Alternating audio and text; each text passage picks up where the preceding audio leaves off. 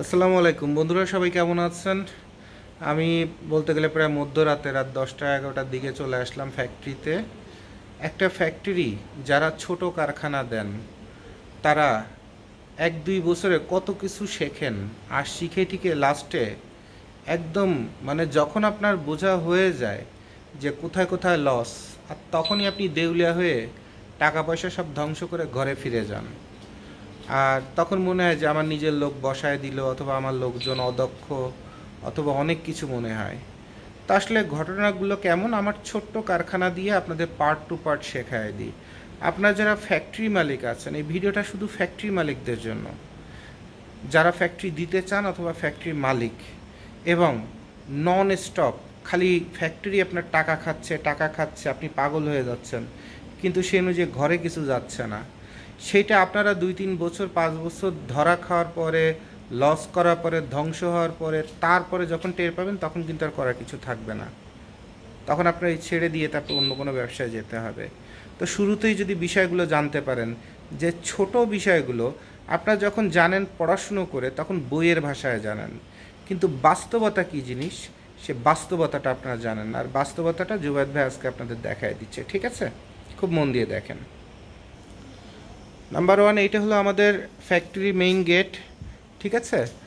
এই যে গেটের উপরে দেখেন একটা ক্যামেরা আছে, অর্থাৎ ঢুকতে এবং বের হতে কার কাছে কি আছে, কার কাছে কি আছে, কারো বোরকার নিচেও কোনো একটা কাপড় নিয়ে বেরিয়ে যাচ্ছে কিনা সেটা ধরা পড়বে।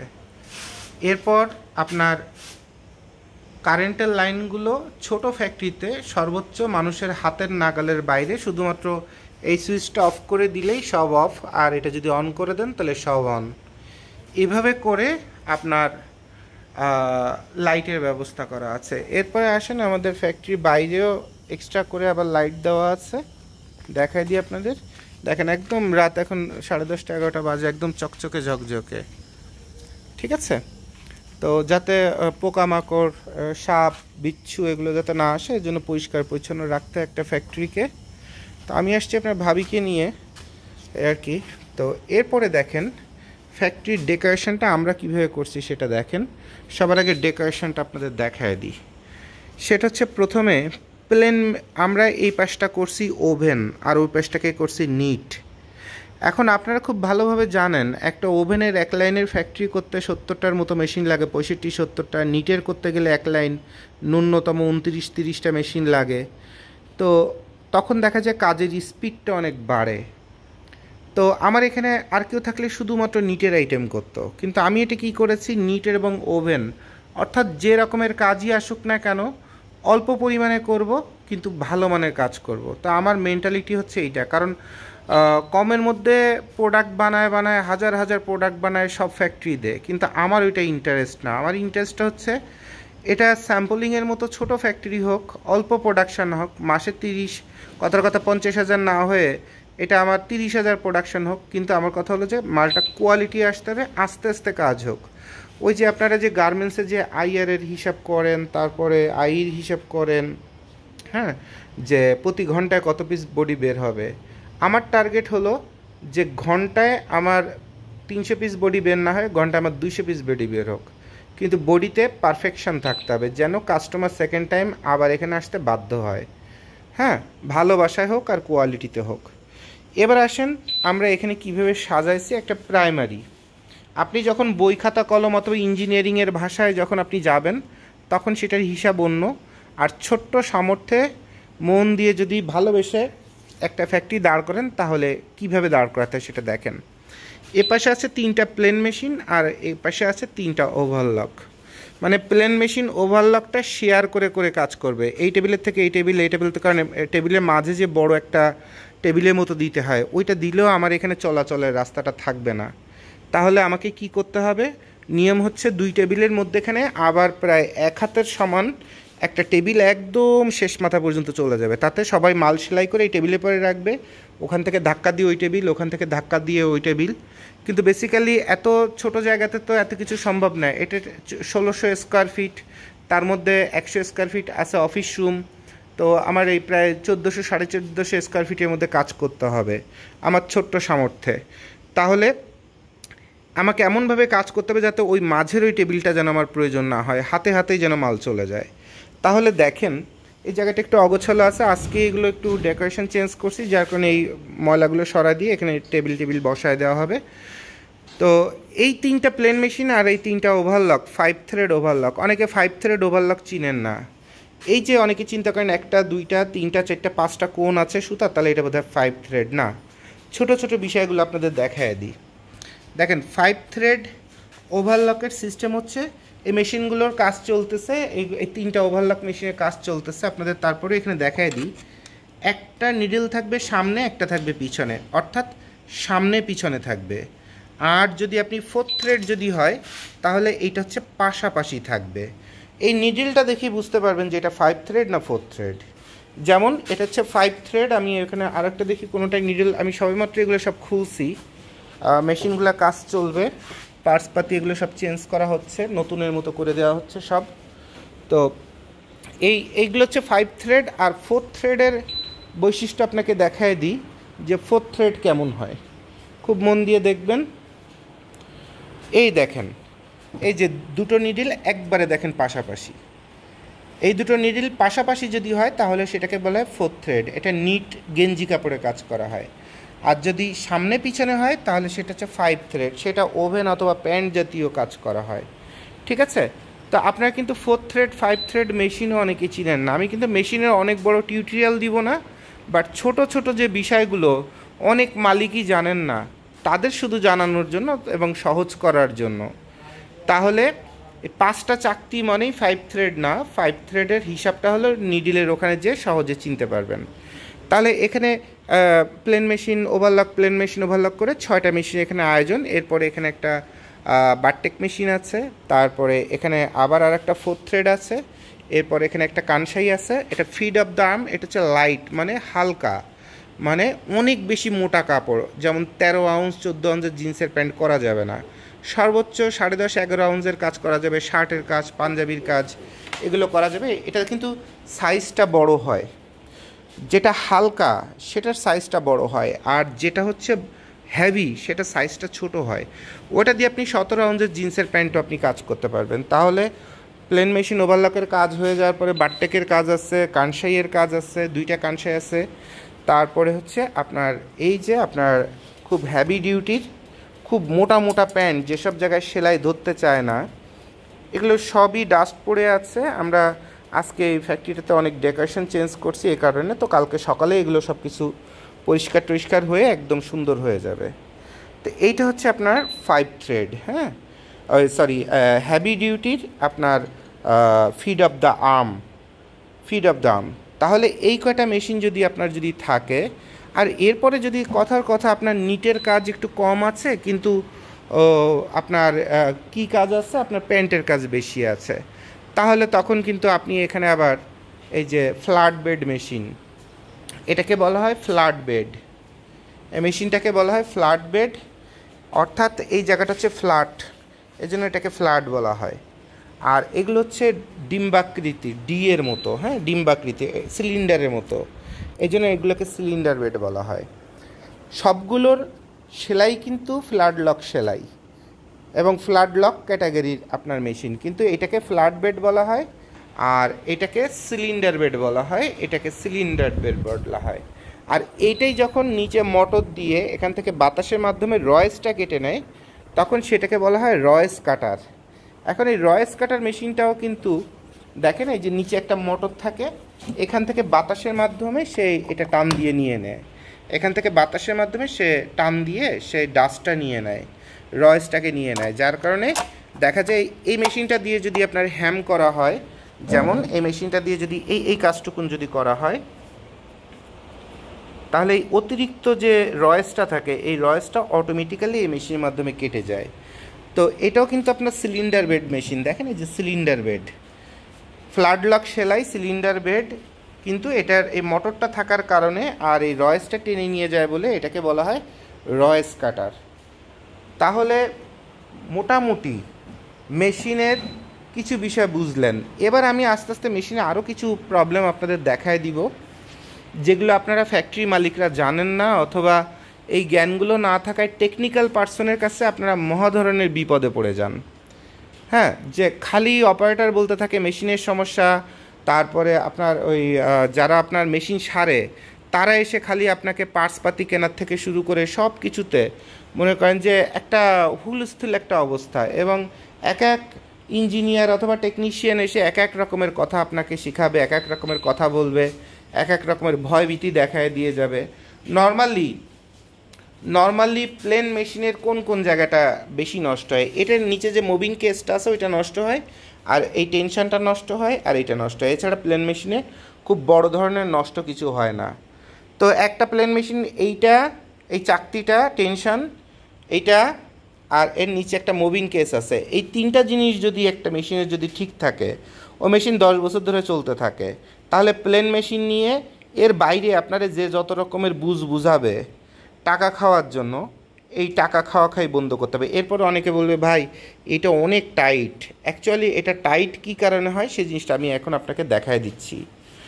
এরপরে ইফ ভাই ওভারলক মেশিনে সুতা কাটে না, অমুক কাটে না, তমুক কাটে না, এইখানে আপনি যদি ফ্যাক্টরি মালিক হন তাহলে সবার আগে এই আর্মটা, এই লিভারটা, এইটা, এইটা, এইটা, এই হুকটা, এই কটা জিনিস আপনাকে কিনে রাখতে হবে। আর এই যে উপরে প্রেশার ফিড আর নিচের যে বারটা আছে, এই কটা জিনিস আপনাকে সবসময় রিজার্ভ রাখতে হবে 1 পিস করে। এই উপরের এগুলো কম লাগে, মেইন লাগে হচ্ছে এইটা ক্ষয় হয়ে যায় আর এর নিচে এই পার্টটা ক্ষয় হয়ে যায়, তখন কাটতে চান আর ব্লেডটা ক্ষয় হয়ে যায়। এই তিনটা জিনিসই সবচেয়ে বেশি সমস্যা।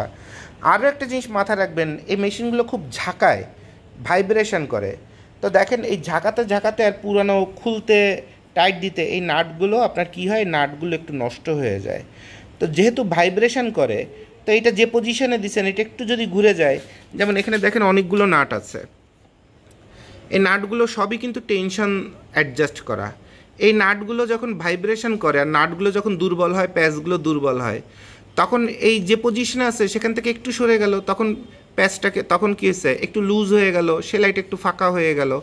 তো তাহলে সবচেয়ে গুরুত্বপূর্ণ হচ্ছে আপনি যদি যত পুরানো মেশিনই কেনেন না কেন, সেটা যদি রানিংয়ে থাকে, সবার আগে করবেন কি, এখানে যতগুলো নাট আছে সবগুলো নাট, মিস্ত্রি বলবে স্যার এই নাট বদলাইতে হবে না, ঠিক আছে, কিন্তু আপনি বলবেন ঠিক আছে ওকে আলহামদুলিল্লাহ, বাট আমি চাচ্ছি এগুলো বদলায় ফেলতে, সবগুলো বদলাও। তো একটা মেশিনে সর্বোচ্চ আপনার 100 টাকার নাট চাই। এই নাটগুলো যখন আপনি চেঞ্জ করে দিবেন, তখন এই মেশিনগুলো দ্রুত বারবার, এই যে একটু আগে ঠিক করে দিয়ে গেছে, গতকালকে ঠিক করে দিয়ে গেছে, আজকে আবার সমস্যা, এই যে প্রতিদিনের যে একটা প্যারা অথবা পেইন, এই পেইনগুলো তখন এই মেশিনগুলো থাকবে না। আর এরপরে কোশ্চেন হলো, ওয়ার্কার সবসময় চাবে এই পা দানিগুলো সফট করতে, হ্যাঁ, যে স্যার একটু হার্ড, পা ব্যথা করে, অমুক করে তমুক করে। এখন এই যে ক্লাস মেশিন এটা কী কারণে ক্লাস মেশিন? এই যে খুব মন দিয়ে দেখেন, এই যে ক্লাসটা না, এই ক্লাসটা যত নিচের দিকে নামবে তত মোটরটা ঘুরবে এবং মেশিন চলবে। অর্থাৎ আপনি পা দিয়ে যখন পাড়া দিচ্ছেন তখন কি হচ্ছে, তখন এই যে আপ ডাউন করছে, দেখেন এটা আমি চাপ দিব, এই যে আপ ডাউন করবে।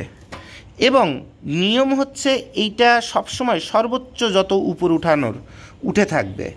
তাহলে এইটা উঠে থাকার জন্য সবথেকে গুরুত্বপূর্ণ হচ্ছে এই স্প্রিংটা। এই স্প্রিংটা যত হার্ড এবং সুন্দর হবে তত কি হবে, এটা উপরের দিকে উঠে থাকবে। তা নাহলে আপনি মেশিনটা যদি অন করেন আর সামান্য এইটুকুন দেখেন, এই যে পার্থক্য দেখায় দিই, মন দিয়ে দেখেন, এইটুকুনও যদি আপনার নিচু হয়ে থাকে আর মেশিনটা যদি কেউ অন করে 5 মিনিট অথবা 2 মিনিট রাখে, এই মোটর থেকে ধোঁয়া ওঠা শুরু করে দিবে, আগুন ধরে যাওয়ার মতো ঘটনা ঘটে যাবে। তাহলে সবথেকে গুরুত্বপূর্ণ, একটা মেশিনে বসার আগে এরকম হাত দিয়ে দেখতে হবে যে এটা ঠেলা দিলেও, গায়ের জোরে ঠেলা দিলে এর উপরে আর ওঠে কি না। যদি না ওঠে তাহলে স্প্রিংটা যেভাবে অ্যাডজাস্ট করা আছে এটা একদম পারফেক্টভাবে আছে।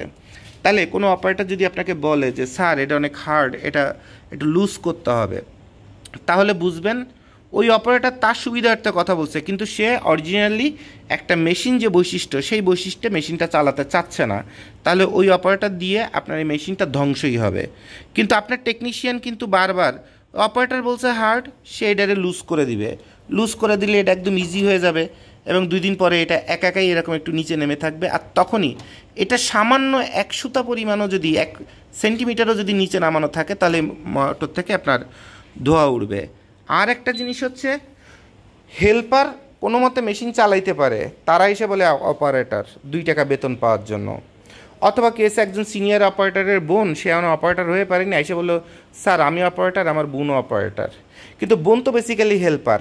তো এসে কি করতেছে, এই যে পাওয়ার, এই পাওয়ারটা দেওয়ার পরে 5 সেকেন্ড অন করে তারপরে পাদানিতে পা দিতে হয়, কিন্তু সে কি করছে, সে পাটা নামায় রেখে তারপরে পাওয়ারটা অন করছে, সঙ্গে সঙ্গে মোটর থেকে ধোঁয়া উড়ে যাবে। ধোঁয়া উড়ে যাবে কী কারণে, কারণ ওই যে জিনিসটা ক্লাসটা একটু নিচু হয়ে গেছে পা লেখে, এরপরে আপনি পাওয়ার দেওয়ার সাথে সাথেই মোটরটা পুড়ে যাবে, ধোঁয়া ধোঁয়া হয়ে যাবে।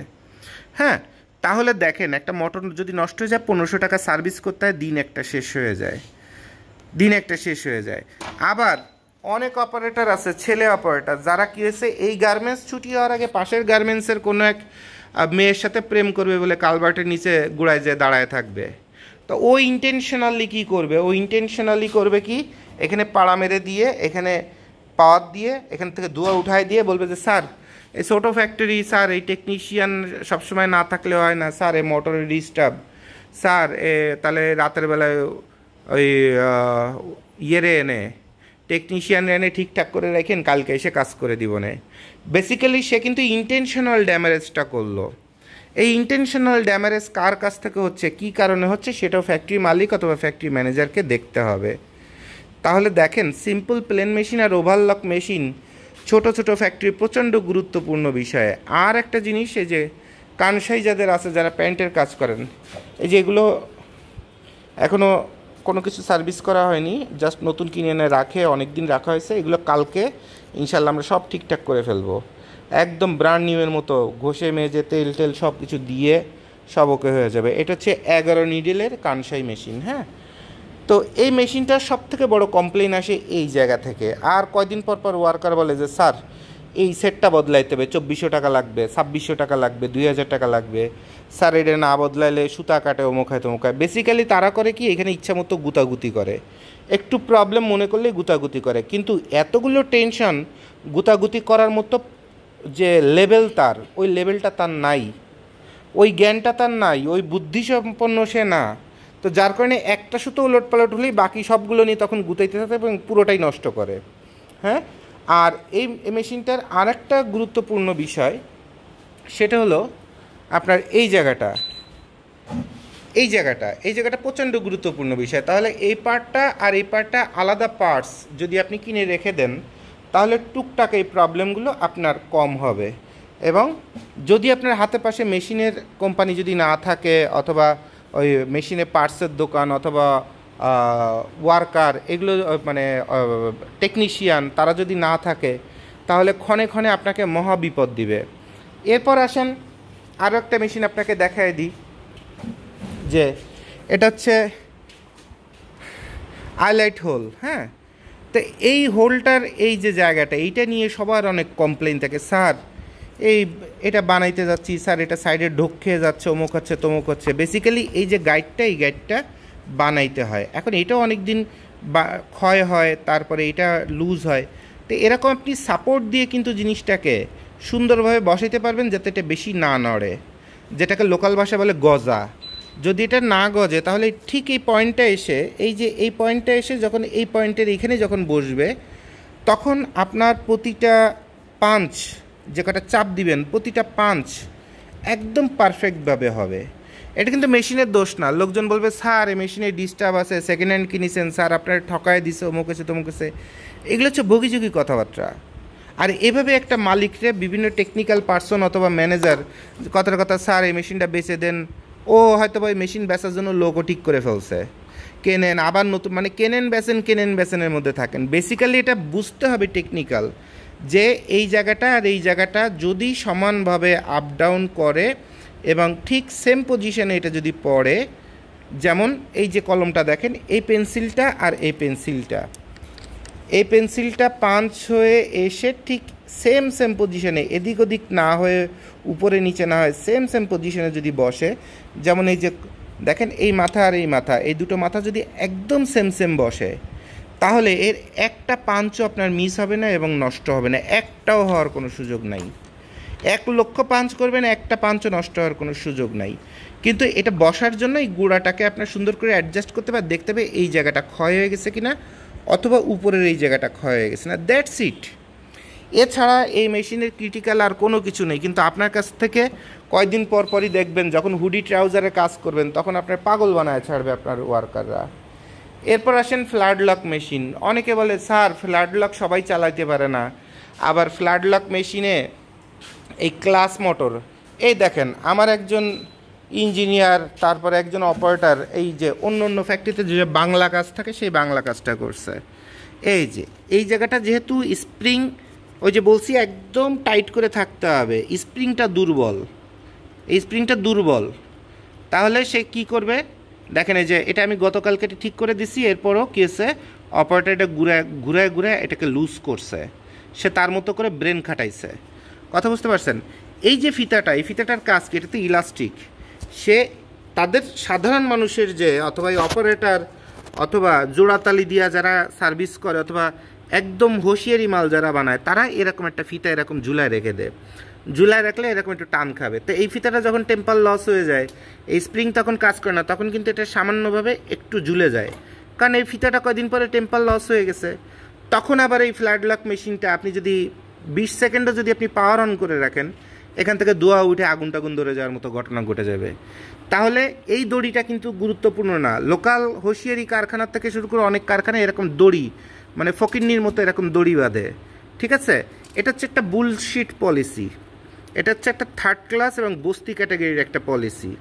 তো এটা খুব বাজে জিনিস। দেখি একটা কাঁচি, দেখি এটা কেটে দাও তো, কারণ এই স্প্রিংটা যখন ওকে থাকবে তখন এই ফিতাটার কোনো দরকার নাই, এবং এই ফিতাটা কখনোই স্প্রিংয়ের মতো পারফেক্ট হয় না।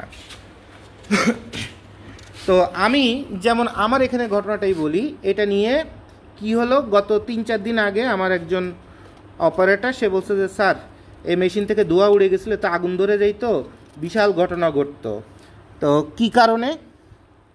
স্যার এই ফ্ল্যাট লক মেশিনে তো এই ক্লাস মোটর লাগাইতে হয় না, এটাতে আপনার ওই অন্য মোটর লাগাইতে হয়, হ্যাঁ, তো ইলেকট্রিক মোটর লাগাইতে হয়, তো আপনার এই মোটর লাগাইলে স্যার এই মেশিনে আগুন ধরে যায়, এই মেশিনটা ডিফারেন্ট একটা মেশিন। তো এই মেশিনটা ডিফারেন্ট একটা মেশিন, এই যে ল্যাঙ্গুয়েজটা, এই ল্যাঙ্গুয়েজটা অথবা যে ভাষাটা ব্যবহার করলো এটা কমপ্লিটলি একটা স্টুপিড ভাষা ইউজ করছে।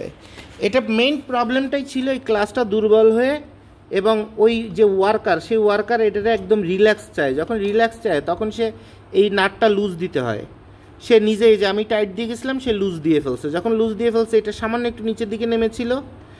আমি বারবার বলছি এটা যদি 1 সেন্টিমিটারও যদি নিচু করা থাকে তাহলে মোটর থেকে ধোঁয়া উঠে যাবে, এটা সবসময় টাইট থাকতে হবে একদম, মানে এভাবে ধরলে আর 1 সুতা পরিমাণও উপরের দিকে উঠানো যাবে না, তখন এই মেশিনটা একদম বিপদমুক্ত। তাহলে এই অপারেটর তার আমি ঠিক করে যাওয়ার পরেও সে ঘাটতাড়ামি করে এটাকে আবার কি করছে, সেটাকে লুজ করছে। তো এখান থেকেই মোটরটা যখন ক্ষতি হবে তখন আমি মালিক, আমার এখানে 1500 টাকা নষ্ট হয়ে যাবে, দিন একটা নষ্ট হয়ে যাবে, আর ওয়ার্কার যখন চলে যাবে তার বেতনটাও দিতে হবে, কিন্তু সে কোনো প্রোডাকশান হবে না। তাহলে দেখেন একটা সিম্পল একটা নাট, এই নাটটা একদিনে প্রোডাকশান শেষ করে দিল, 1500 টাকা মালিকের ধ্বংস করে দিল, আবার সারাদিন কাজ করে যেটুকুন বরকত হবে অথবা ইনকাম হবে সেটাও ধ্বংস করে দিল, শুধুমাত্র তার এই পায়ের শান্তির কারণে। তো এই শান্তিটা অ্যাকচুয়ালি সুখের তো শেষ নাই, তো কত সুখ সে চায়, আর সেই সুখ যদি আপনি দিতে চান তাহলে আপনি ধ্বংস হয়ে যাবেন। আচ্ছা, তাহলে ফ্ল্যাট লক মেশিন এই যে এখন কন্ডিশনে আছে, যত জোরেই চাপ দেন না কেন মোটরটা আর উপরে উঠানো সম্ভব না। তাহলে এই মেশিনটা যদি আপনি দিনের পরও দিন এই পাওয়ারটা যদি অন করে রাখেন, এই মেশিনে কোনো দুর্ঘটনা হওয়ার কোনো সম্ভাবনা নাই। আর যদি দেখেন আপনি সার্ভো মোটর, যেটাকে ইলেকট্রিক মোটর বলা হয়, প্রতিটা মেশিনে এই মোটর যদি লাগাতে পারেন তাহলে দেখা যাবে প্রায় অর্ধেকের কাছাকাছি, ঠিক অর্ধেক না, অর্ধেকের কাছাকাছি আপনার সেভ হবে। ক্লাস মোটর চালালে ক্লাস মোটর সমস্যা নেই, ক্লাস মোটর আর এই যে সার্ভো মোটর এটা হচ্ছে ক্লাস মোটর, এই হ্যান্ডেলটার কারণে এটাকে ক্লাস বলা হয়, ক্লাস মোটর।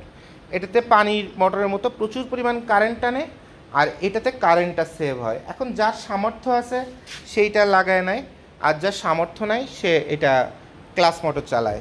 ক্লাস মোটরের সুবিধা হচ্ছে এটা তো ম্যানুয়াল, এটা দিয়ে যখন কাজ করা হয়, এবং এটা জাস্ট এই মোটর সাইকেলের যেমন যে ব্রেক তারপরে ক্লাস আছে ঠিক সেম ঘটনা এটার মধ্যে। এটা যখন কি হবে, এই ক্লাসটা এবং ব্রেক শুটা ভালো থাকবে, এটা শক্তি, পাওয়ার, কাজের কন্ট্রোল এটা অসাম হয়, অনেক বেশি হয়। আর এটা যখন আপনার ইলেকট্রিক মোটর হয় তখন সবাই দেখা যায় কম ওয়াটের মোটর লাগায়, 450 ওয়াটের। তো ওইটাতে শক্তিটা একটু কম পাওয়া যায়, কিন্তু সে যদি একটু বেশি খরচ করে যদি 750 অথবা 650 ওয়াটের যদি মোটর আপনার লাগায়, এই সার্ভো মোটরটা লাগায়, এটা নর্মালি সবাই দেখা যায় 450 ওয়াটের লাগায় অথবা 500 ওয়াটের লাগায়। কিন্তু এইটাই যদি আপনার, এটা যেমন 550 ওয়াট আছে, হ্যাঁ, এখানে যদি আমি 700 ওয়াট যদি লাগাই দিই, তাহলে এই মেশিনের শক্তি ক্লাস মোটরের মতো হাই কোয়ালিটির হয়ে যাবে, মানে হ্যাভি ডিউটির মতো মনে হবে বিশাল শক্তিশালী মেশিন। এইটুকুনি পার্থক্য, এর বাইরে কোনো পার্থক্য নাই, শুধুমাত্র ওয়াটের পার্থক্য। তো দেখেন এখানে আপনার এই যে আপনার 550 ওয়াট, আর একটা এই যে ক্লাস মোটর দেখেন,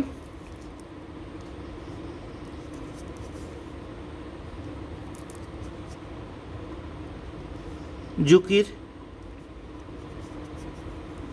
এখানে অ্যাম্পিয়ারটা খালি লেখা আছে, ওয়াট লেখা নেই এখানে, ঠিক আছে। 1/3 হার্স পাওয়ার, 250 ওয়াট, এটা হচ্ছে 250 ওয়াট। এখন একটা ক্লাস মোটর যদি 250 ওয়াট যদি টানে আর সার্ভো মোটর যদি 550 ওয়াট টানে, তাহলে একটু খুব সহজে অনেকে চিন্তা করেন যে সার্ভো মোটর লাগালেই কারেন্ট খরচ কম হবে। এখন এটা লাগানো আছে কত, এটা লাগানো আছে 550 ওয়াট, তা 550 ওয়াট সে টানতেছে, তাহলে আর ওইটা টানতেছে 250 ওয়াট, তাহলে 250 ওয়াটে বেশি কারেন্ট খাবে না এটা বেশি কারেন্ট খাবে? অবশ্যই এটা বেশি কারেন্ট খাবে। তাহলে কেউ যদি বলে যে ভাই এই ক্লাস মোটর বদলে সার্ভো লাগান, আপনার কারেন্টে অনেক টাকা বাঁচবে, তাহলে বুঝতে হবে যে তার জ্ঞানের সমস্যা আছে, অথবা সে মাল বিক্রি করার জন্য আপনাকে এই সার্ভো মোটর লাগানোর কথা বলছে। বেসিক্যালি ক্লাস মোটর তো 250 ওয়াট খাচ্ছে, আর সার্ভো সর্বনিম্ন হয় 450 ওয়াট। তাহলে দুইটার মধ্যে কিন্তু অনেক পার্থক্য, এটা বুঝতে হবে, মানুষের কথায় নাচা যাবে না। এরপর একটা মজার একটা কথা আছে যে অতিরিক্ত ভালোবাসায় সন্তান বিগড়ে যায়। সন্তান বলেন, পরিবার বলেন, জামাই বলেন, বউ বলেন, সব বিগড়ে যায়। তো অতিরিক্ত ভালোবাসা একটা খারাপ জিনিস। তো আমি যখন এই কারখানাটা যখন দাঁড় করাইছি, তখন আমার এই কারখানার প্রতি অনেক বেশি ভালোবাসা ছিল, আর এই ভালোবাসাটাই আমার একটা ক্ষতির কারণ হয়েছে। যেমন দেখেন, একটা কাটিং টেবিলের উপরে সুন্দর একটা দড়ি থাকতে হবে, জিআই তার, এবং এরকম একটা পয়েন্ট থাকতে হবে, এবং আপনাকে অবশ্যই একটা কাটিং মেশিন থাকতে হবে, এবং একটা হ্যান্ড কাটার থাকতে হবে। অর্থাৎ ইমার্জেন্সি রাত 10টার সময় কাজ চলছে, মেশিনটা ডিস্টার্ব দিল, তখন কি করব? তখন এই হ্যান্ড কাটারটা দিয়েও যাতে আপনার কাজ করা যায়। এবং সবসময় মাথায় রাখতে হবে প্রতিটা মেশিনের ডাবল কপি এবং সেম কোম্পানির রাখতে হবে, চেষ্টা করতে হবে, ঠিক আছে। সেম কোম্পানির যখন হবে, তখন একটা মেশিন যদি ডিস্টার্ব দেয়, ওই মেশিনের কিছু পার্টস খুলে আর একটা মেশিন ওকে করে অন্তত সেটা দিয়ে ওই রাতটা অথবা ওই দিনটা ঠেক দেওয়া যায়, যতক্ষণ পর্যন্ত নতুন পার্টস না আসবে এবং যতক্ষণ পর্যন্ত আপনার কি না হবে, ওই টেকনিক্যাল পার্সন না আসবে। আচ্ছা, এই মেশিনটা কিন্তু খুব ইজি একটা মেশিন, এটা খুব কঠিন মেশিন না, হ্যাঁ। এই মেশিনটায় কাপড় জড়ায় যায়, তারপরে আপনার কী হচ্ছে, আপনার কাপড় ঠিকমতো কাটে না, তো না কাটার জন্য পিছনের ব্লেড সেটটা কিনতে হয়। আর এই যে কাপড় যে জড়ানোর একটাই কারণ, সেটা হচ্ছে এই জিনিসটা হয় টেম্পার লস হয়ে যায়, অথবা এই জিনিসটা একটু এরকম ডানে বামে নড়ে, এই জায়গাটা নড়ে। তো নর্মালি পুরোনো মেশিনগুলো দেখা যায় এখানে লকটা হারায় যায়, অথবা নষ্ট হয়ে যায়, অথবা 2-4 বার কাজ করতে যায় নষ্ট হয়ে যায়। তো এইখানে যদি একটু লকের মতো করে দেওয়া যায় যে এটা যেন ডানে বামে যেন না করে, তাহলে এই কাপড় কোনো দিন জড়াবে না। কিন্তু এটা কিন্তু আপনি যদি না জানেন, তাহলে কিন্তু আপনার ভাঙ্গায় চুরে অনেক কিছু খেয়ে বলবে, কিন্তু 400-500 টাকার কাজ মাত্র। আর টেকনিক্যাল কাজটা হচ্ছে এইটা, যারা ইঞ্জিনিয়ার ভালো কাজ করে না অথবা টেকনিশিয়ান ভালো কাজ করে না, তারা এই জিনিসটা না ধরে টোটাল মেশিন খুলে টুলে আপনাদের দেখাবে সে যেন কি বিশাল কঠিন একটা সমস্যা হয়েছে এবং কি করতেছে। বেসিক্যালি ঘটনাটা এটা টেম্পারটা ঠিক আছে কিনা, আর এই জায়গাটা নড়াচড়া করে কিনা। যদি না করে, তাহলে এই মালটা কোনো ডিস্টার্ব দিবে না, এর 5-10 বছর নন স্টপ চলতে থাকবে মেশিন, ঠিক আছে। তাহলে দেখেন, আপনারা কত সিম্পল বিষয়গুলো হয়তো বা জানেন না, যেগুলোর কারণে আপনার কাছ থেকে অনেক পরিমাণ টাকা ধ্বংস করে নিয়ে যায়। তো এবার আসেন, আমি যে গুরুত্বপূর্ণ একটা কথা বলতেছিলাম, যে প্রতিটা মেশিন সবসময় একই ব্র্যান্ডের কেনার চেষ্টা করবেন, একই মডেলের কেনার চেষ্টা করবেন, এবং ডাবল কপি করে কেনার চেষ্টা করবেন। এবার অতিরিক্ত ভালোবাসায় যে প্রবলেমগুলো হয়, সে প্রবলেমটা হলো কি, একটা উদাহরণ আপনাকে আমি দেখাই। এই যে টেবিলগুলো আমি প্রথম যখন তৈরি করছি, এই টেবিলগুলো আমি আমার মতো করে আমার কিভাবে কাজ করতে সুবিধা সেগুলো চিন্তা করে এই টেবিলটা আমি হাইট করছি কত, 37 ইঞ্চি। যখন 37 ইঞ্চি যখন হাইট করা হয়েছে, মোস্টলি 38, প্রায় 38, তখন এখানে কাজ করতে বড় ধরনের সমস্যা হয়ে যায়, কারণ গার্মেন্টসে যে মেয়েরা কাজ করে তাদের হাইট আসলে এত বেশি হয় না। তো পরবর্তীতে এই বিশাল বড় টেবিল একদম সুপার ইনটেক করে বানানো হয়েছে, অনেক ব্যয় করে, লাখ টাকার উপরে নেমে গেছে। তো সেই টেবিলটা আবার আমাকে কাটাতে হয়েছে। এই টেবিলটা কাটায় এখন করা হয়েছে কত, 34, 34.5। এবং এটা যদি আমি 33.5 করতাম, এরকম 33.5 যদি করতাম তাহলে সবচেয়ে বেস্ট হইতো। আমি একবার কাটাইছি, কাটায় তারপরে 34.5 করছে। তো এখন এটা কাজ করার জন্য বেস্ট। তো অনেকে চিন্তা করেন যে এই কাটিং টেবিল বানানোর আগে আর একটা ফ্যাক্টরিতে যেরকম মাজা ধরে একটা মাপ দেন যে এরকম হাইট হলে বোধহয় ভালো হবে। বেসিক্যালি হচ্ছে কি, একটা কাটিং টেবিলে কাভারেজ নামে একটা জিনিস আছে। দেখেন আমি যে কাটিং করব সর্বোচ্চ কতটুকুন আমি এত দূর হাত বাড়াইতে পারতেছি এবং কত ইজিলি পারতেছি। কারণ সব কাটিং মাস্টার যে 5 ফিট 6 ফিট লম্বা অথবা 5 ফিট 8 ইঞ্চি লম্বা এরকম কিন্তু কোনো কথা নাই। এমনও হইতে পারে সে 5 ফিট 3 ইঞ্চি লম্বা, তো তখন তার কাজ করতে খুব সমস্যা হয়ে যাবে।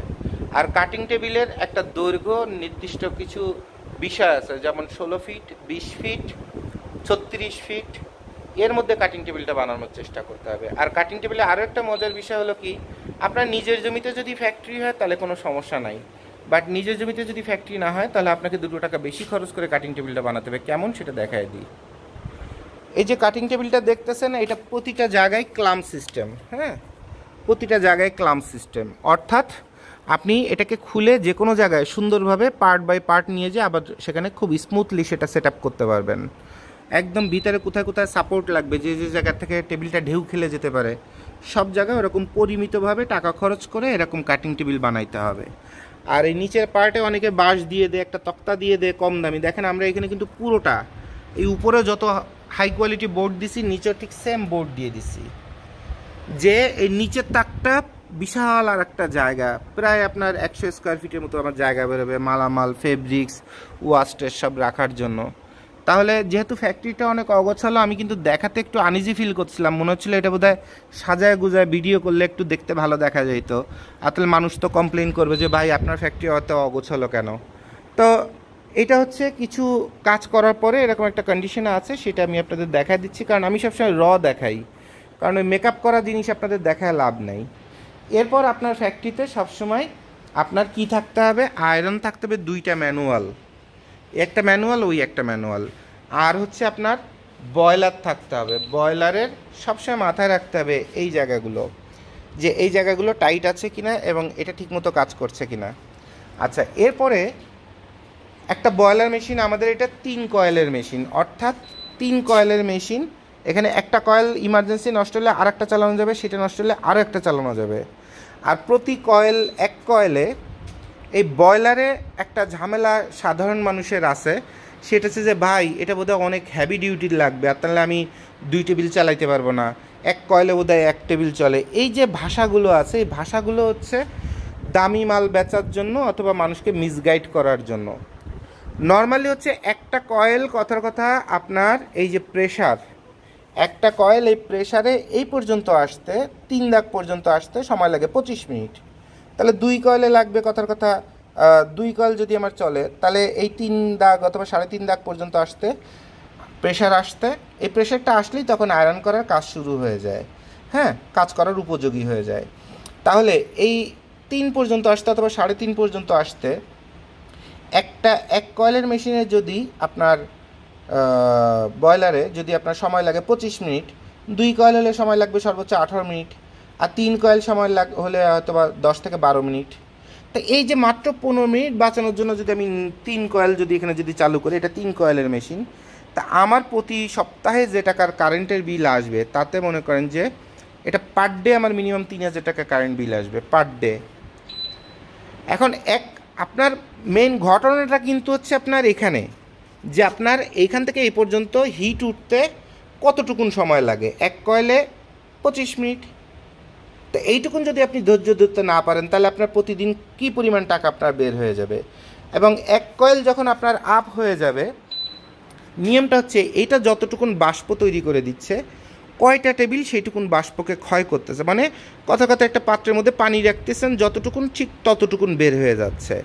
এই পর্যন্ত ব্যালেন্স যদি থাকে, কিন্তু যতটুকুন রাখছে তার চেয়ে বেশি বের হয়ে যাচ্ছে, তখনই সমস্যা।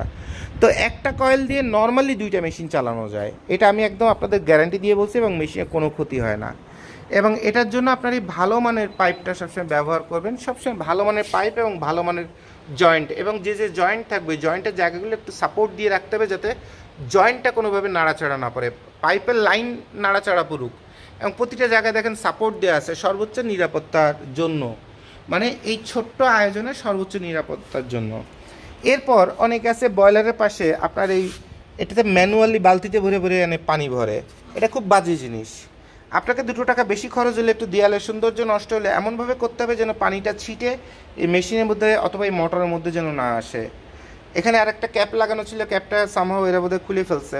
তো এখানে এই পানিটা যখন পড়ে তখন, কারণ এই মেশিনটা এই পানি অটোমেটিক্যালি টান দেয়, মেশিনটা পানিটাকে অটোমেটিক্যালি টান দেয়, এবং কাজ শেষ হয়ে যাওয়ার সঙ্গে সঙ্গে এটা ঢেকে রাখতে হবে যাতে পানির মধ্যে ময়লা কোনো কিছু না যায়। কারণ ওই মেশিনটা যখন ময়লাটাকেও টান দিবে তখন মেশিনের মধ্যে কাজ করতে সমস্যা হবে, এবং মেশিনটা তখন ক্ষতিগ্রস্ত এবং বিপজ্জনক হয়ে যাবে। আর একটা জিনিস হচ্ছে, আপনার এই জায়গাটার দিকে তাকান না, এটা হচ্ছে প্রেশার কুকারের প্রেশারের মতো। আপনার অতিরিক্ত যখনই হিট হবে, যখনই বয়লার দুর্ঘটনা হওয়ার মতো হয়, তখনই দুর্ঘটনা হওয়ার মতো হয় কী কারণে? অতিরিক্ত চাপ তৈরি হওয়ার কারণে। যেমন প্রেশার কুকারের উপরের জায়গা থেকে শিস করে যদি বাতাসটা বের না হতো তাহলে প্রেশার কুকারটা ফেটে বাস্ট হয়ে যেত। তো এই জায়গাটাতে আপনাকে মোবিল বলেন, WD-40 বলেন, মানে এই জায়গাটাকে সবসময় আপনাকে স্মুথ রাখতে হবে, যেন এখান থেকে আপনার বাতাসটা একটু একটু বের হয়। আর যতক্ষণ বের না হবে, এবং কোনো আয়রনম্যান যদি এটার দিকে যদি লক্ষ্য না রাখে, তাহলে সে কোনো আয়রনম্যানের কোনো জাতের মধ্যেই পড়ে না। এটা মালিককেও পর্যন্ত লক্ষ্য রাখতে হবে, কারণ এটা হচ্ছে একটা ফ্যাক্টরি সেকেন্ডের মধ্যে ধ্বংস করে দেওয়ার মতো একটা মেশিন। সেই জায়গাটা সবসময় লক্ষ্য রাখতে হবে।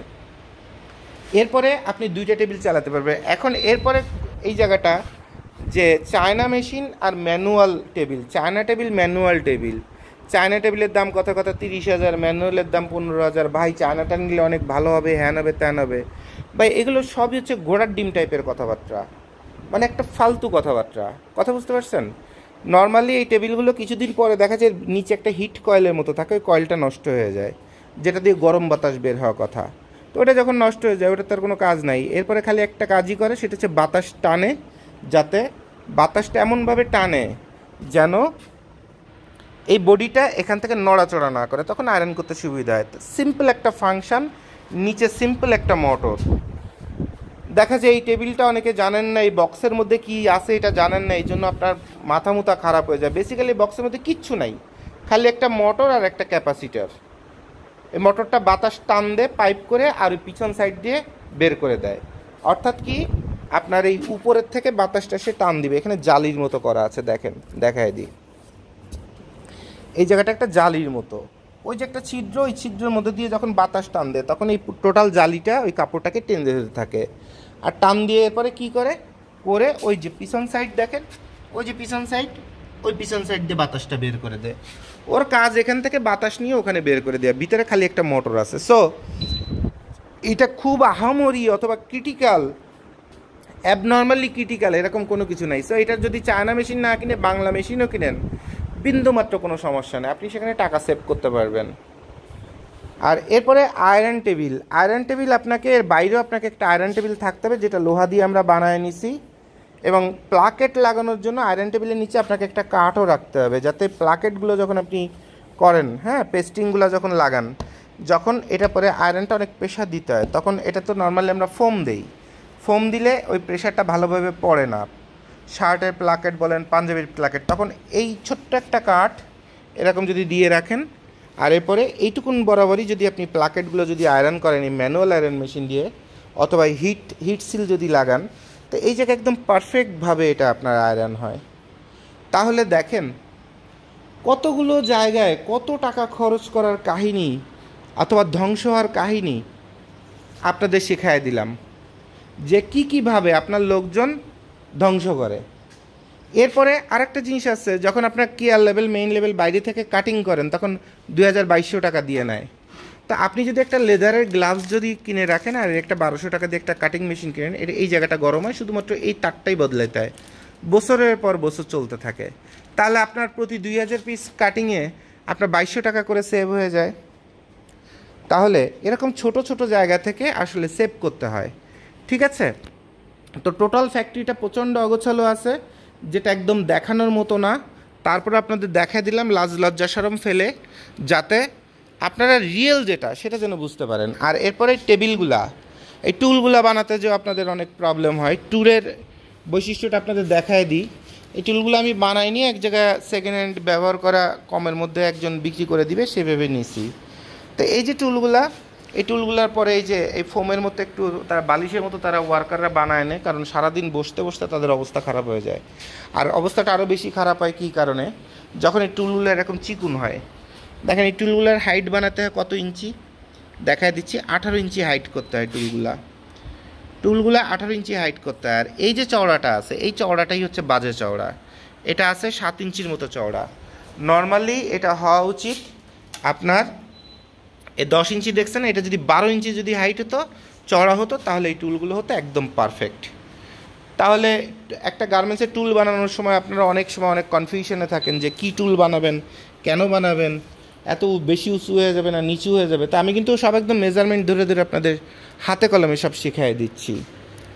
তাহলে এরপর একটা ফেব্রিক্স মাপার একটা মেশিন থাকতে হবে এবং একটা পাঞ্চ মেশিন থাকতে হবে, যেন যত রকমের আপনার প্যাটার্ন বানান, হ্যাঁ, যেমন এটা আর্মি টি শার্টের মেজারমেন্টের প্যাটার্ন, এটা পাঞ্চ মেশিন দিয়ে পাঞ্চ করে আলাদা রাখা। তারপরে এটা পোলো শার্ট ফর আর্মি ওইটা। তারপরে টোটাল 47 পিসেস প্যাটার্ন এই। তারপরে এখানে পোলো শার্টের রেগুলার, তারপরে এখানে আফ্রিকা প্যাটার্ন, হ্যাঁ, ড্রপ শোল্ডার প্যাটার্ন। তো প্যাটার্নগুলো যখন আপনার এভাবে সুন্দর করে পাঞ্চ করে করে থাকবে, এই পাঞ্চটা করলে গোড়াটা ক্ষতিগ্রস্ত হয় না, হ্যাঁ। তো তখন কিন্তু আপনার এই প্যাটার্নগুলো আপনার দীর্ঘস্থায়ী হবে এবং বারবার প্যাটার্ন তৈরি করার জন্য আপনার টাকা ধ্বংস হবে না, ঠিক আছে। আর এরপরে আরও একটা মজার জিনিস দেখেন, যে আপনার ফ্যাক্টরিতে আরও একটা মজার জিনিস থাকতে হবে, সেটা হচ্ছে এরকম লকার থাকতে হবে। সেই লকারটা ছোট হতে পারে, বড় হতে পারে, আপনার সামর্থ্য এবং আপনার প্রয়োজন অনুযায়ী। এবং লকারটা ম্যানুয়ালি আপনাকে ডাবল তালা চাবির ব্যবস্থা করতে হবে, মানে এক সাইড থাকবে এক ব্যক্তির কাছে, আর এক সাইড থাকবে আর এক ব্যক্তির কাছে। এখন একটাতে মেশিনের পার্টস, একটাতে কারেন্টের পার্টস, আর একটাতে প্রতিদিনে ব্যবহার করার এক্সট্রা যত ম্যাটেরিয়াল টেটেরিয়াল যা লাগে সেগুলা। তাতে হচ্ছে কি, দুইজন ব্যক্তি যখন আপনার একসঙ্গে তালা খুলছে ব্যাংকের লকারের মতো, তখন এটা আপনার সিকিউর হচ্ছে। আর এরপরে আপনার সুতা সবসময় রিজার্ভ রাখতে হবে, অনেক পার্টস আপনাকে রিজার্ভ রাখতে হবে, কস্টে হিউজ পরিমাণ রিজার্ভ রাখতে হবে। এরপর এই জায়গাটা পুরোপুরি অগোছালো, ওই যে বারবার বলতেছি যে আমার সব কাজ চলতেছে, এই কাজগুলো ঠিকঠাক করার পরে ফ্যাক্টরিটা একদম সুন্দর হয়ে যাবে, সর্বোচ্চ 2 দিন সময় লাগবে। আর একটা মজার জিনিস দেখেন, একটু ফ্যাক্টরিতে তো চেয়ার টেবিল অবশ্যই দরকার, একটা চওড়ার চেয়ার টেবিলের দরকার আছে। আর একটা মজার জিনিস আপনাদের দেখাই দিই, এই যে দেখেন আমার হেড অফিসে, দেখছেন, জীবনে কোনোদিন কোনো অফিসের মালিকের রুমে ক্যামেরা দেখেন নাই। আমার এই ফ্যাক্টরিতে আমার রুমের মধ্যে ক্যামেরা আছে, আবার হেড অফিসে আমার রুমের মধ্যে ক্যামেরা আছে। এইটা হচ্ছে একটা মজার একটা জিনিস। কেন মজার জিনিস? বাংলাদেশে এমন কোনো কারখানা নাই, এমন কোনো গার্মেন্টস মালিক নাই যে তার অপারেটরের সাথে ঘুমায় না, অথবা অপারেটরে আবার দ্বিতীয় বিয়ে করে না, হয় অপারেটর নয় সুপারভাইজার নয় অমুক। তো এই ফ্যাক্টরিতে নষ্টামি যাতে হওয়ার সুযোগ না থাকে, এই কারণে একদম ভিতরের রুমের থেকে শুরু করে, মানে এমডি সাহেবের রুম অথবা সিও সাহেবের রুম নামে কোনো রুম নাই। ফ্যাক্টরির মধ্যে কাজের জন্য আসবেন, পবিত্র মন নিয়ে আসবেন, 2 টাকা কামাই করে নিয়ে পরিবারের জন্য চলে যাবেন। এটা হচ্ছে আপনাদের লাস্ট মেডিসিন, আপনাদের দেখায় দিচ্ছি যে একটা ফ্যাক্টরি সব কিছু খুব সুন্দর। আমার চোখে দেখা অনেকগুলো ফ্যাক্টরি মালিক আছে যারা এত সুন্দর করে শুরু করছে আর এত অর্ডার ঢুকছে, কয়দিন পরে শুনি যে ওই অপারেটর একটারে বিয়ে করে ফেলছে, তারপরে কি হচ্ছে, ওই সুপারভাইজারে প্রেগনেন্ট বানায় ফেলাইছে। এইসব করে টোরে ব্যবসা বাণিজ্য ধ্বংস করে লাস্টে টাকা পয়সা জমি জমা সব ধ্বংস, বাড়ি চলে গেছে। তো আপনাদের সবই নয় রিকোয়েস্ট করবো, যদি ব্যবসায় যদি করতে চান তাহলে এইভাবেই ব্যবসা করবেন। আর যদি নষ্টামি করার ইচ্ছা থাকে, তো বাসার একটা ভাড়া করে নিয়ে এসে সারা দুনিয়া সেমনি নিয়ে ঘুমায় থাকবেন, কোনো সমস্যা নেই, কিন্তু ব্যবসা পরিবেশটারে নষ্ট করবেন না। এবং সব কিছু থাকার পরেও একটা পরিবার বলেন, একটা উৎপাদন ক্ষেত্র বলেন, একটা রিজিকের জায়গা বলেন, সব ধ্বংস এইসব বদমাইশির কারণে। তো আপনার সব ঠিক আছে, আপনার চরিত্রের কারণে আপনার ফ্যাক্টরি ধ্বংস হয়ে যাবে। আমার চোখে দেখা অসংখ্য ভিআইপি এরকম ধ্বংস হয়েছে, অসংখ্য ভিআইপি ধ্বংস হয়েছে। হয়তোবা সে ধ্বংস হয় নাই, অথবা সে তার পরিবারের মধ্যে ধ্বংস হয়ে গেছে। ফ্যাক্টরি হয়তোবা সে আবার পরিবেশ ম্যানেজ করে ফেলছে। বাংলাদেশের সবচেয়ে বড় যদি 5টা ফ্যাক্টরি বলেন, তার মধ্যে 3টা ফ্যাক্টরির মালিকই এরকম 3 বিয়ে 4 বিয়ে আছে। কথা বুঝতে পারছেন? তো এই কাজগুলো করবেন না। তাহলে একটা ফ্যাক্টরি চালানোর ফার্স্ট টু লাস্ট একটা ফ্যাক্টরি মালিকের দোষ কি, তার অপারেটরদের শয়তানি কি, তারপরে তার টেকনিশিয়ানের প্রবলেম কি, অথবা তার অপচয় কি, তার ধ্বংস কি, সব কিছু আল্লাহ দিলে আপনাদের শেখায় দিলাম। আর কোন একটা টুল পর্যন্ত বানাইতে গেলে কত মেজারমেন্টে বানাইতে হবে সেইটা। আবার এখানে আর একটা জিনিস বলতে ভুলে গেছি, রয়েস কাটার। এই রয়েস কাটার মেশিনে যখন বসে না, অথবা এই পাশে মেশিনে বসবে, এই জায়গায় পা দিয়ে লাথিলুতি মারবে, মেরে দিয়ে এই পাইপটার মধ্যে সামান্য কোথাও যদি একটুখানি যদি ছিদ্র হয়, তাহলে কি হয়েছে আপনার এইসব জায়গায় যদি কোথাও যদি একটু ফাটলের মতো অথবা একটু হালকা যদি লুজ হয়ে যায়, তখন এই রয়েসটা টানবে না, বাতাসটা টানবে না। আর যখন টানবে না, তখন কি হয়েছে, খালি কমপ্লেন কমপ্লেন কমপ্লেন। এরপর রয়েস কাটারের এই মোটরে একটা দিয়ে বাতাস ঢুকে আর একটা দিয়ে বের হয়। যেটা দিয়ে বাতাস বের হয় সেটার মাথাটায় যদি আপনি কোনো মেকানিজম করে এটাকে যদি চাপায় দিতে যদি না পারেন, তা এটা থেকে এমন বাতাস বের হবে, মানে বিমানের মতো, কনকর্ড বিমানের মতো। ওই যে মোটরসাইকেল কিছু আছে না আপনার, ওই যে হলার লাগানো থাকে না, একদম রাস্তার মধ্যে চলে, মনে করেন যে দুনিয়াদারি সব শব্দে পাগল হয়ে যায়। তো এই রয়েস কাটার এরকম শব্দে পাগল হয়ে যাবেন। শুধুমাত্র ওই পাইপটার মাথায় যদি একটা জ্যাম দেওয়া না থাকে, আর আপনার মেকার বলবে যে স্যার মোটরের সমস্যা, ওয়াশারের সমস্যা, অপারেটরে বলবেন কত রকমের কমপ্লেন, মানে কমপ্লেন দিতে দিতে, আর এই মেশিন এত ভারী মেশিন, এত বড় জিনিস নিয়ে দৌড়াইতে দৌড়াইতে আপনার 5-7 হাজার নষ্ট হয়ে যাবে, কিন্তু ফলাফল শূন্য। লাস্টে যে দেখবেন কি, খালি ওই পাইপটার মাথায় একটা জ্যাম লাগাই দিলেই সব সমস্যার সমাধান। তাহলে একটা জ্যাম আপনার যদি কোনো কিছু লাগানো নাও থাকে, এর কয়েকটা কাপড়ও যদি এর মধ্যে যদি মাথার মধ্যে যদি ঢুকায় রাখেন, এটা ছিদ্র করে এই বরাবর এটা কাপড়ের থোবড়া, মানে সোজা কথা এই জায়গাটায় এরকম একটু চাপ লাগা লাগবে, এই বরাবর এখানে এইটুকুন যদি চাপ থাকে, এই রয়েস কাটারের বিন্দু মাত্র কোনো শব্দ হবে না। তাহলে এইটুকুন চাপ লাগাটা আপনি যখন আপনার ব্রেনে যখন ইঞ্জিনিয়ারিং নাই, আপনি যখন বুঝতেছেন না, তখন এইটার পিছনে আপনাকে মাসের পর মাস, দিনের পর দিন, হাজার হাজার টাকা ধ্বংস করে দিবে। লাস্টে আরও আপনার ম্যানেজার বলবে স্যার এই মেশিনটা কমের মধ্যে বেচে আর একটা নতুন কেনেন, মানে বেচা কেনা করতে করতে ধ্বংস হয়ে যাবেন।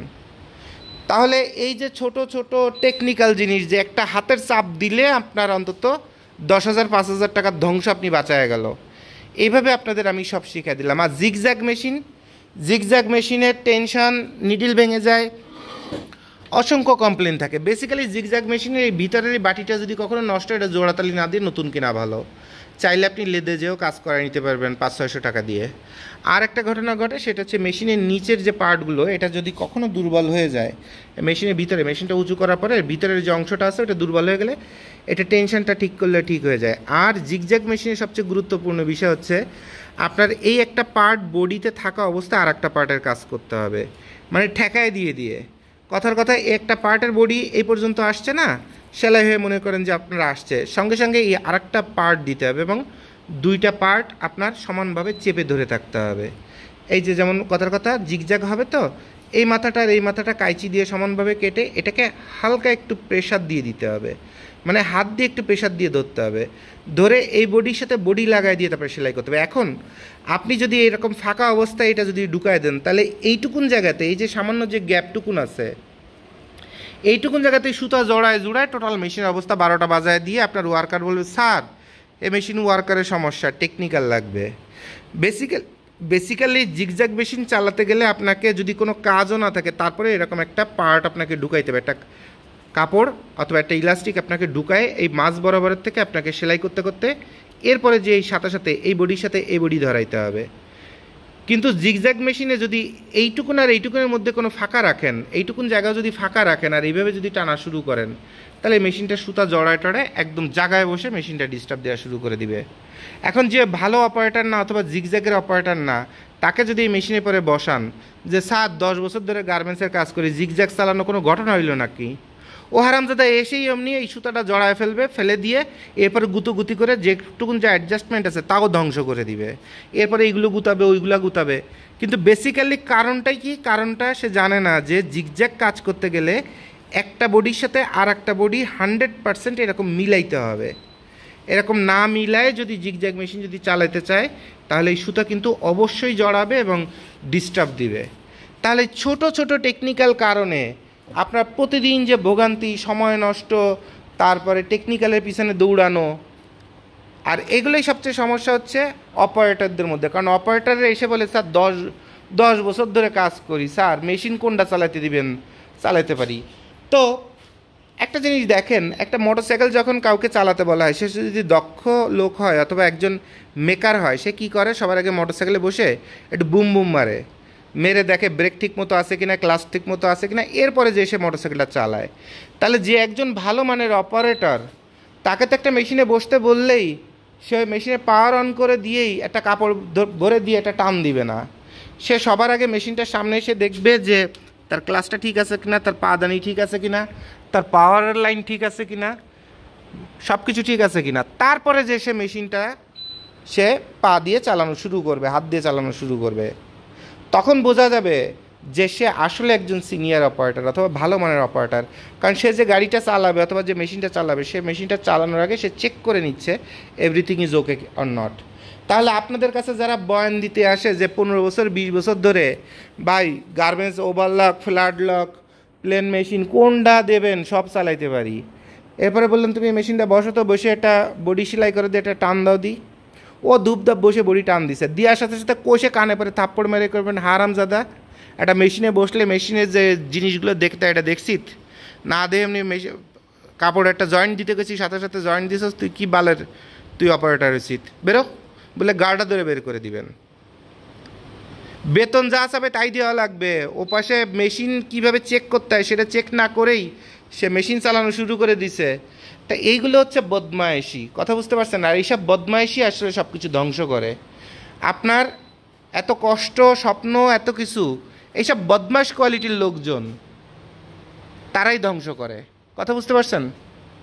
আর এরপর আরেকটা জিনিস হচ্ছে, এই যে মেশিনের হাইটের থেকে আপনার এই উপরে পার্টটা, এই লাইটটা কত উঁচুতে আছে, এই সুইচটা অফ অন করার জন্য আমি যেমন আমার হিসাব করে দিছিলাম, দিয়ে এখন দেখতেছি এটা বড় ধরনের ভুল করছি। আমি 5 ফিট 9-10 ইঞ্চি লম্বা এবং আমি সর্বোচ্চ এটা হাতে পাই। কিন্তু মেশিন যারা চালায় তারা তো মেয়েরা, তাদের তো সর্বোচ্চ এইটুকুন হাইটে হওয়া উচিত ছিল। অর্থাৎ এখান থেকে 1 বিঘাত প্রায় আপনার 12 ইঞ্চির মতো যদি নিচু হইতো, তাহলে হাতের কাছে সুইচটা হতো। তো এইটা আমার এখানে একটা বড় ধরনের ফল্ট বলা যায়, যে এটা আমার মেজারমেন্টের একটা ফল্ট। এটা এই টুলের পরে দাঁড়ায় দাঁড়ায় এখন তারা এই সুইচগুলো অফ অন করে। যদি এখানে কিছু কিছু অংশে বের করা আছে, তারপরে এটা যথেষ্ট না, এটাকে আরও 12 ইঞ্চি যদি নামায় দেওয়া যেত এই যে প্লেটগুলা, তাহলে এটা ভালো হতো। তাহলে মাটি থেকে সর্বোচ্চ, ফ্লোর থেকে সর্বোচ্চ কতটুকুন হাইট আপনি দিবেন সেটা আপনাদের এবার মেজারমেন্ট করে দেখায় দিই। এইটা হবে সর্বোচ্চ আপনার, এ হচ্ছে 5 ফিট, হ্যাঁ এ হচ্ছে 5 ফিট মাটি থেকে, দেখেন যে মাটি থেকে 5 ফিট। আর এরপরে সর্বোচ্চ আপনি দিবেন, তো আপনি 6 ফিট দিলেই যথেষ্ট।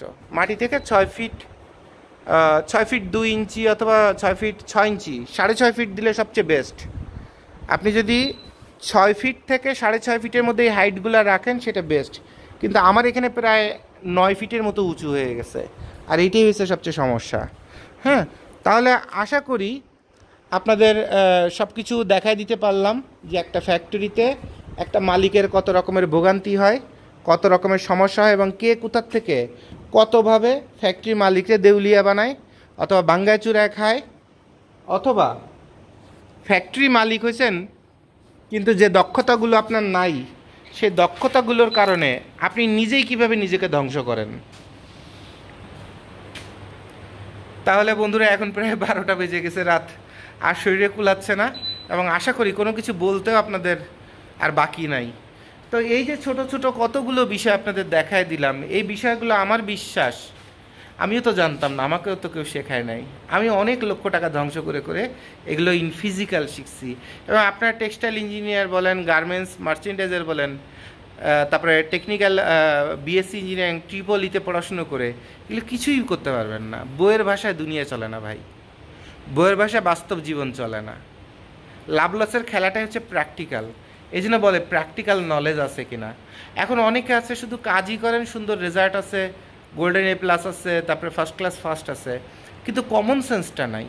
তো কমন সেন্স যখন আপনার না থাকবে তখন আপনার ওই টোটাল শিক্ষাটা আর ওই সার্টিফিকেটগুলো জাস্ট বুলশিট, আপনার জীবনে কোনো কাজে আসবে না।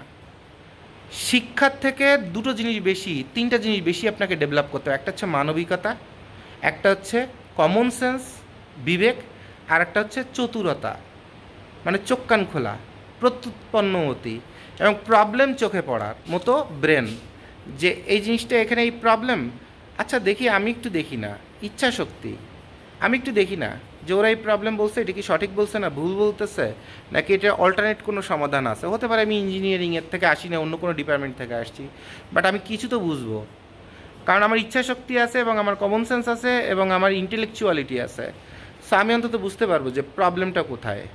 আমাকে এক একজন মিসগাইড করতেছে যে এই মেশিনটার এই সমস্যা, আচ্ছা আমি একটু দেখি না সমস্যাটার জন্ম কোথা থেকে। প্রবলেমের জন্ম যত খুঁজে বের করতে পারবেন তত দ্রুত আপনি নিজেকে সেভ করতে পারবেন, অপচয় সেভ করতে পারবেন, সময় বাঁচাইতে পারবেন, এবং তখন এই আলতু ফালতু লোকজন আপনার চারপাশ দিয়ে ছুটে চলে যাবে, ঝরে পড়ে যাবে।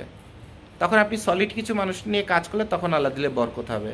তা আমি অনেক ভাই লাথি চড় খেয়ে ধ্বংস করে, বাট আমার ইচ্ছা শক্তি আছে বলে আমি কিছুটা শিখতে পারছি এবং আপনাদের শিখাই দিলাম যেন আমার মতো অনেকে ধ্বংস না হয়ে যেন আপনারা সুন্দরভাবে, আজকের এই ভিডিওটা যদি জানা থাকে না তাহলে মেশিন কিনতে যেয়ে যত রকমের সমস্যা, তারপরে কতজনের কত কথা, এত কথা শোনার কোনো সময়ই নাই।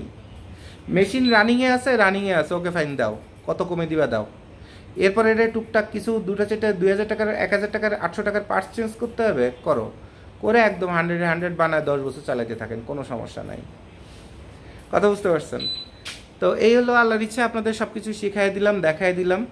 আর এগুলো দেখার মধ্যে ইচ্ছা শক্তিটা খুব গুরুত্বপূর্ণ। যার ইচ্ছা শক্তি নাই সে আপনার ভালো কিছু করতে পারবে না, সে জোরে যাবেই, জোরে তাকে যেতে হবেই। আর যার ইচ্ছা শক্তি আছে নিজে থেকে, যেমন আমার এই ফ্যাক্টরিতে আমি নিজে ঝাড় দেই, আবার নিজে মেশিন ঠিক করি, আবার নিজে কাটিং দেখি, আবার প্যাটার্ন বানায় নিয়ে আসছে, সে প্যাটার্ন ঠিক হবে কিনা সেটা দেখি। মানে এমন কোনো সেক্টর নাই, কারেন্টের থেকে শুরু করে একটা মাকড়সার জালও আমি নিজে পরিষ্কার করি, চেষ্টা করি। তা আমি যদি চিন্তা করি যে আমি একটা বড় এমডি হয়েছি, হ্যান হয়েছি, ত্যান হয়েছি, তো ভেসে যাবে, সব ভেসে যাবে, 1 মাসও লাগবে না সব ভেসে যাইতে। এত কিছু জেনে নিজে করেও তারপরে ফ্যাক্টরি বাঁচাইতে পারছি না, কারণ গার্মেন্টস জগৎটাই বাংলাদেশের ধ্বংস হয়ে যাচ্ছে। এই রোজার ঈদের পরের থেকে একটা মানুষ একটা অর্ডার দিছে,